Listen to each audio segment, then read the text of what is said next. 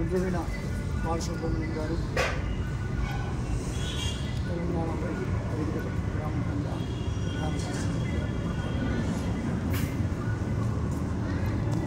శ్రీ గురుభ్యో నమః. శృతి స్మృతి పురాణానాం ఆలయం కరుణాలయం నమామి భగవత్పాదం శంకరం లోకశంకరం. కలియుగంలో ఎన్ని యజ్ఞాలు చేస్తే అంత ఫలం లభిస్తుందని, ఒక యజ్ఞానికి ఎంతో ఫలం. అలాంటిది మా గురుతుల్యులు, మా యొక్క తెలంగాణ వేదిక రాష్ట్ర సంఘానికి అధ్యక్షులైన బ్రహ్మశ్రీ ముకుంద రాజేశ్వర గారి బాబాయ్ గారి యొక్క ఆశీస్సులతో ఇంత పెద్ద కార్యక్రమము 1935 యాగం అంటే నిజంగా నభూతో నవమిష్టంగా ఏ రాష్ట్రంలో కూడా ఇన్ని యాగాలు చేసిన వ్యక్తి లేడు. ఇది గంటాపదంగా చెప్పొచ్చు. ఎంతోమంది శిష్యులు, అలాగే ఈ యొక్క లక్ష్మీ కన్వెన్షన్ హాల్ మా సురేష్ గారు కానీ శ్రీరామ్ వారి కుటుంబము ఎల్లవేళల ఆధ్యాత్మిక కేంద్రంగా ఇక్కడ రాష్ట్రంలో ఏదైనా ఫంక్షన్ హాల్లో అందరూ సంపాదించుకోవడానికి ఉంటుంది, కానీ ఆధ్యాత్మిక కార్యక్రమం జరిగే ఫంక్షన్ హాల్ ఏదంటే మొట్టమొదటిగా గుర్తొచ్చేది శ్రీ లక్ష్మీ కన్వెన్షన్ హాలే. వారికి నిజంగా ఆ యొక్క అమ్మవారి యొక్క ఆయురారోగ్య ఐశ్వర్యాలు ఇవ్వాలి. ఇలాంటివి ఇంకా చాలా ఫంక్షన్ హాల్లు కట్టి ఆధ్యాత్మిక కేంద్రాలుగా ఉండాలి. త్వరలోనే మా బాబాయ్ గారు ఆధ్వర్యంలో చాణక్యుని యొక్క విగ్రహ స్థాపన కూడా ఉంది.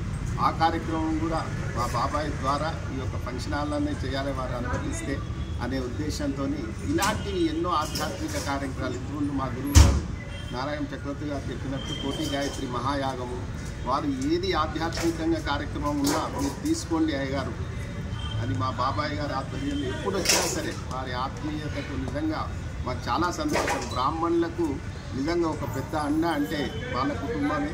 నిజంగా సురేష్ గారు మీరు నిజంగా మీ యొక్క కుటుంబం ఆయురారోగ్యాలతో ఉండాలని ఆ పరమాత్మ మా వచ్చిన స్వామివారు కూడా వారి ఈ యొక్క ఆధ్యాత్మిక వీళ్ళంతా పెద్ద గురువులు.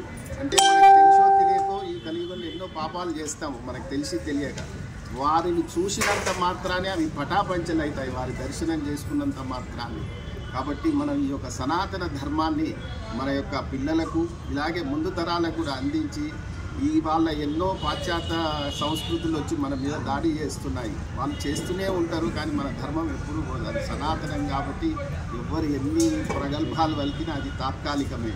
ఎందుకంటే మన ధర్మము వేదము మనకు ఆయువు. ఇది వేదభూమి, ధర్మభూమి. కాబట్టి మనం భయపడాల్సింది ఏం లేదు. కుక్కలు మరుగుతూనే ఉంటాయి, వాటిని అది మనం పట్టించుకొని వాటిని పెద్దగా కూడా చేయొద్దని మా ప్రవచనకారులకు ఇలాగే మీడియా వాళ్ళకు కూడా చెప్తున్నాను.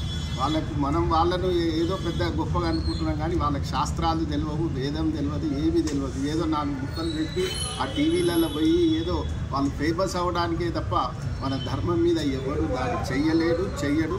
ఇది గురుస్థానము, విశ్వగురు స్థానము మన భారతదేశం. కాబట్టి ఇట్లా ముట్టుకునే సాహసం కూడా ఎవరికి లేదు. కాబట్టి ఇలాంటి కార్యక్రమాల్లో మన పిల్లలను మనం అందరం పాల్గొని మన ధర్మాన్ని మనం ఆచరించడం అంటే పాల్గొనడమే, అందులో వేరే ఏం లేదు. ఎవరికి తోచిన విధంగా వాళ్ళు సహాయం చేసుకుంటూ ఆ యొక్క ధర్మాచరణ పాటిస్తే ధర్మం మనల్ని రక్షిస్తుంది.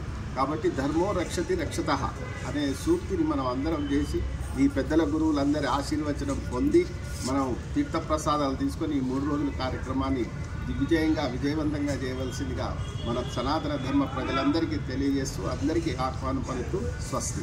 జై శ్రీరామ్.